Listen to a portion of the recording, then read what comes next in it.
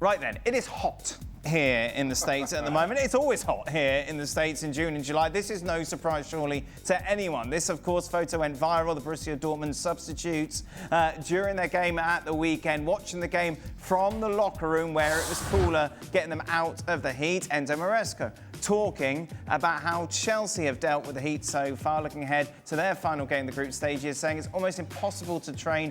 We are trying just to save energy for the game. I always try to avoid excuses, but it's hot. It's hot, and it's difficult to work with this temperature. For more on this, Naden's with us, of course. Season in MLS, he knows what about the heat. Alex knows about it, trailing the teams around everywhere, of course, within this summer heat here in the States. Where to start with all this? I want to start with the Dortmund situation. Now, it's interesting. Stevie defended actually yesterday, which I was quite surprised at, given that it was Stevie. He has no problem with the team sitting in the locker room when it's too hot outside. I'll go back to the 96 preparation or 98 for the World Cup or the Euros. I can't remember the year. And we talked about places where it is hotter than others. And the place that I found back in those days, for me, not being a regular in the United States, was Washington, D.C. and Maryland at the end of May. And the humidity down there, and I can remember some of the guys on the bench, they were soaking the towels in the ice box in the water and sitting with it on their heads. So I kind of somewhat understand what they're doing because they're just not used to that heat. Now, this is not a normal heat, as we know, for this time of year. We're probably up about, what, 15, 20 degrees above where we normally are. So it's not just warm, it's a heat wave. And so I kind of get that if you're coming from, particularly from countries where, you know, it gets hot, but it doesn't get hot on a regular basis. If you're sitting on the bench, and I know what Stevie means, if you're sitting on the bench, you just don't want to be sitting there baking. Right. It's not doing you, even though you might not be exercising, you might not be warming up, it's really not doing you any favours unless you're sitting in a really, really seriously shaded area. So I kind of get it. We're in the mid-90s here at the moment. Some places in the US are actually above 100. Yeah. So I do kind of get this. Shaka, in your MLS days? Look, I totally understand, and I'm with Stevie on this. I have no problem with the subs sitting in the dressing room during the game. Just sitting in that heat drains you. And I think so to get out of that heat, at least, you're able to hold on to some of your energy. Listen, I experienced just playing with Dallas. Fairly regularly down in Dallas. Just to put things in perspective, I landed in DFW, it was August, 10 o'clock at night. It was 98 degrees at 10 o'clock at night. And FC Dallas, when we trained, you would train at 8:39 in the morning because by the time 10 o'clock hit, you could not be outside again. You just had to be indoors. So in an effort to deal with that heat, you have to change up your entire schedule. How European teams, as we know, would normally come out at 10:30 in the morning, albeit European time, around then to start training, that has to change entirely. And as for when you schedule the games, you cannot have anything during those daylight hours. It is just inhuman. But they are, Gav. Why are they doing it? Why are we having games at 3 p.m. Eastern time where it is peak heat? Yeah, but it's hotter than normal. Yes, I understand that, but it's so surprised, Craig. It wasn't like last summer where we were going, oh, it's nice and cool, isn't it, in the moment? It's hot. It's not a surprise. It's hot. It's not a surprise at 3 p.m. Eastern. It is hot. So why are we playing games at this time? Why is the semi-final at this time? Why is the final at this time? Okay, first of all, I am not your FIFA representative, but no. I will try to address this.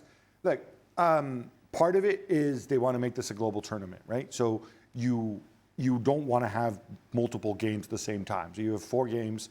You have 4 slots, and somebody's got to play earlier in the day.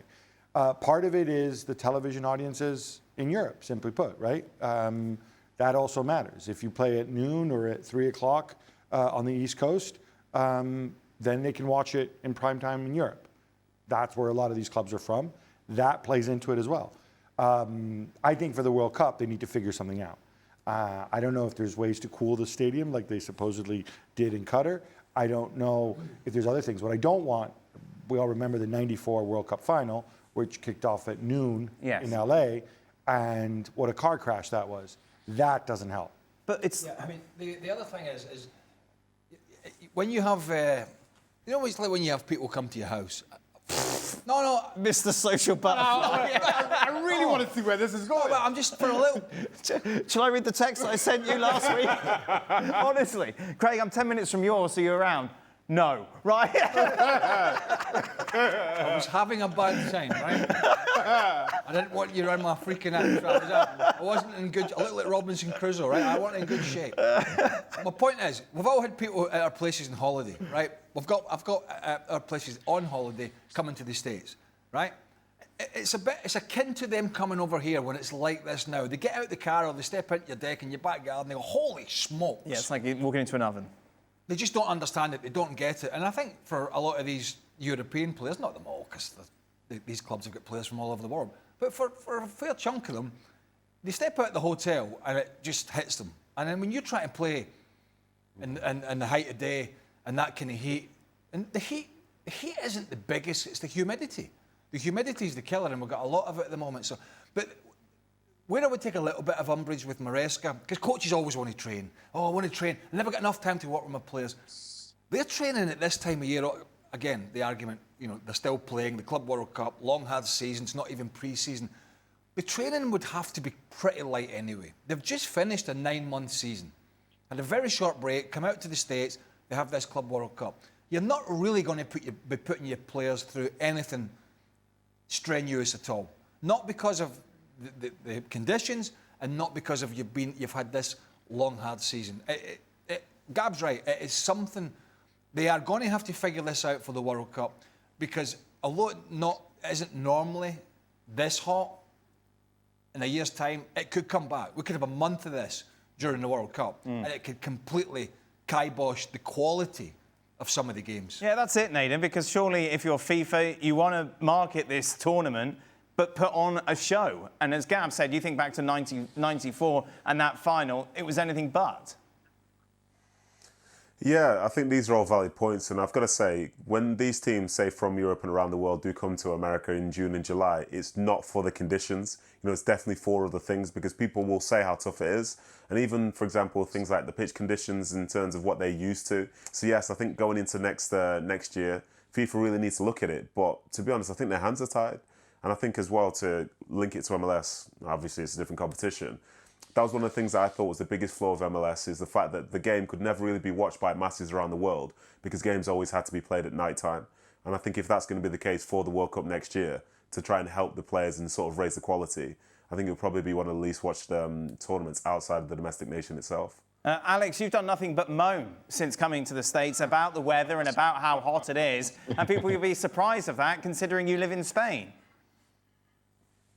I haven't been moaning, but the players and the coaches have been moaning, that's for sure. Xabi Alonso was asked about this after the game in Charlotte yesterday. He said, look, you have to be a rocket scientist to know this is having an impact on the games, on the quality and on the players. I think we're seeing it as well in some of the decisions that are being made. Look at how Real Madrid have been very careful with bringing back Mbappe after his illness as well. He was back in the gym today, still not training. I think part of that isn't awareness. These are just really demanding conditions. And someone like Mbappe, the risk of dehydration and things like that, they've got to be extra careful in terms of bringing him back into the team. But yeah, lots of the Real Madrid players have talked about this. They played at 3 o'clock in the afternoon in Miami. They played at 3 o'clock in the afternoon in Charlotte as well. It's a late night game they've got next in Philadelphia. At least, of course, they're training in Palm Beach as well. So dealing with that humidity. But yeah, they're not happy about it. But ultimately, they all say the same thing, which is that there's nothing we can do. We have to accept this is the way it is. It's FIFA's call, and we're just trying to make the best of it. But Real Madrid certainly, I mean, you saw them playing with 10 men as well, basically 90 minutes in their game in Charlotte yesterday after that early red card. And they really had to work incredibly hard. We saw that from Xabi Alonso, the number of subs he made as well, just because players just couldn't last the full 90 minutes. FIFA talk about growing the game, around the world. Mm-hmm. It's already growing in Europe. So why are they catering to the European teams? Why is it so important? I remember Japan 2002, brilliant. Everyone in the pub at breakfast, it was fantastic. It was kind of a bit unique, something a little bit different. Why are they so obsessed with having this at times where Europeans can watch it? So well, first of all, it's not guaranteed it's going to be like this for the actual World Cup. No, but when they were planning this, they must have known. I think there's people need to remember this. When you talk about FIFA, greed, blah, blah, blah, there's 211 member nations in FIFA. About 140, 150 of them, they couldn't run an FA without the money that FIFA gives them, right? So you have a president who keeps getting elected by saying, we're going to have these tournaments that generate money. And the only one that actually makes money is the Men's World Cup. Maybe this Club World Cup will make money one day. Hasn't yet.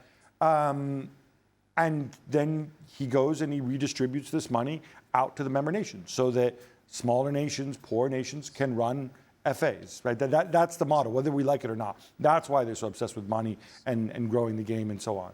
And so to do that, you want to sell as many games as possible. And so you have games during the day. You have games that are accessible to your biggest markets. The US, Mexico are huge markets, so that's not a problem there so much. But then the next highest ones are going to be in Europe and in Asia. And if you play games at 9 o'clock in the evening, it's the middle of the night in Europe and Asia, and so they're worth less money to broadcasters. I mean, that's pretty much all it is. And there's also a school of thought that says it's a sporting event, it's a global festival, it's not just about the quality of the game, it's about making it accessible to everyone. And so let's try to have these games almost around the clock. And that's essentially the way the system is set up. We can think of another utopia where maybe we don't have the World Cup in just all one country. Maybe we have a little bit here and a little bit in Japan, so you can have games around the clock at reasonable kickoff times or whatever. Maybe there's other ways to do this. Cam, don't make it worse. For now, you're stuck with this. And yeah, it's really freaking hot here. Ultimately, we're probably going to see, like, the World Cup. We're probably going to see this Club World Cup just going to Saudi Arabia, aren't we? Where it's very temperate and mild year-round. And there's a lot of money, which does feed the narrative. Yeah, I mean, I don't know how long. I mean, look, let's face it. Saudi money is already bankrolling half of this, right? The zone deal, that's all Saudi money. It's putting $1 billion there, another 500 million. The whole budget is $2 billion, right? So $1 billion comes from Saudi via DAZN, or DAZN via Saudi. $500 million comes from different sponsors. Two of the biggest ones are Saudi or Saudi-influenced companies. So yeah, they have a lot of say on this. Maybe the next Club World Cup will be scaled down. Maybe it'll be a little different. Maybe they'll do a better job of selling it. But yeah, this is what we're facing right now. Nadem, how do you fix this? Yeah, obviously I have all the answers, so thank you for asking me that. I do not have a clue. I think it's interesting. It's interesting to listen to what Gab's saying now in terms of, you know, that money trickling down and going to those other nations and stuff, those other FAs. Like, I do get it. But then from the sporting side of things, which is what myself and the guys on the panel are used to, it still doesn't feel right, if you know what I mean. Because essentially, it is the show. Yes, you want it to be accessible, but at what price? Because, you know, obviously not every team is in a position to where, you know, they have played a whole season. Like, we've seen that. We've seen the strength of some of those sides that maybe halfway through their season or just starting their season. But for the ones that have played 50, 60, 70 games already, to then be out in these conditions right now, as Craig has said, when they're, you know, they're quite tired and so on, you know, people won't really have a lot of sympathy because they're being paid well and so on and so forth. But from a health standpoint, this is as tough as it gets. And I think in our sort of lifetimes, I think the way that they've been pushed to this point is beyond what many of us probably thought would even be possible. So yes, I don't know how FIFA are going to change it. Obviously, they're going to try and make as much money as they can. But I think a lot of those players will continue to speak up until something changes. But whether or not that's the case, you know. So it goes back to the original point, doesn't it? That basically the players, whether we agree or not, are kind of pawns in this sort of situation of trying to trickle money into all these different governing bodies around these different nations. 211 of them. How it's distributed, I don't know. But without the players and the clubs doing this, and the players playing, whether we agree it's too many games or not, with Nadem, I think there is. The players have been used here just to be able to fill the coffers of these other nations. Yeah. And the big argument is that the correct way to go in the long term? Is that going to have a detrimental effect to the game, to the players, to the quality when we get to August? We're going to find out. But I think that one thing to note here is that the vast majority of professional footballers do not pay 50, 60, 70, right? It's only the real elites, and they're the ones who bring it in. And I'd argue, and I have argued, they have the leverage. In the same way that air traffic controllers, we don't let them go out, we limit the amount of time, or truck drivers, we limit the amount of time that they can work and the conditions under which they work. I would love it if some player took the lead. Next time around, Erling Haaland says, yeah, look, I've signed this contract, I get paid, whatever, 20 million a year. Tell you what, I'll take 75% of that. I'll take 15 million, but I'm only going to play 75% of the minutes this season. and you're going to figure out. And other people talk. They have the leverage to do this. They have the leverage to say no. And yet we're not seeing this. And it has to be the elite players at the top because they're the ones driving the bus on this one. They're the ones who have the leverage. And it simply hasn't resonated with them. Have they got the leverage or are they're just puppets to the puppet masters who run the clubs? They have the leverage. They have the power. And when you talk about elite level players, and you're right, the vast majority of players are not suffering by this, right? The vast majority. But as a fan, as a viewer, as a season ticket holder, in whatever club and whatever country, really you're paying to see those elite level players. Right. You know, when NBC broadcasts a Premier League game, it's to see elite level players. When ESPN here broadcasts the Liga games and Bundesliga and the FA Cup and everything we've got, it's to see, yeah, we'll see other teams and we'll see other players, but we want to see the best. And we want to see the best playing the best. And are we going to get that if we continue to go down this road of the Club World Cup coming in here? Next year it's the World Cup. You have the African Cup of Nations, you have the Copa America, you have the European Championships. The big question is, for the elite level players who are the ones that the people really want to pay the big bucks for, when's it going to stop and is it going to affect the product? When it starts affecting the product, that's really going to be a big problem.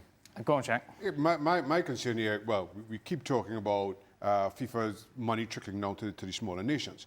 But at the same time, to Gab says that this FIFA Club World Cup doesn't seem to be making any money, certainly not right now, not yet, which means right now there's no money trickling down to those smaller nations. So the smaller nations, I come from one who relies so heavily on FIFA funding, are being scapegoated here at a time that I don't think they're deserving of. No, there is. It's just that it's not organic. It's thanks to the Saudis. It's thanks to the Saudis. By the sounds of it, the clubs are benefiting a whole lot more than those FIFA member nations. And they're the ones who held the FIFA to ransom. I mean, the European club said, we'll come if you give us more prize money.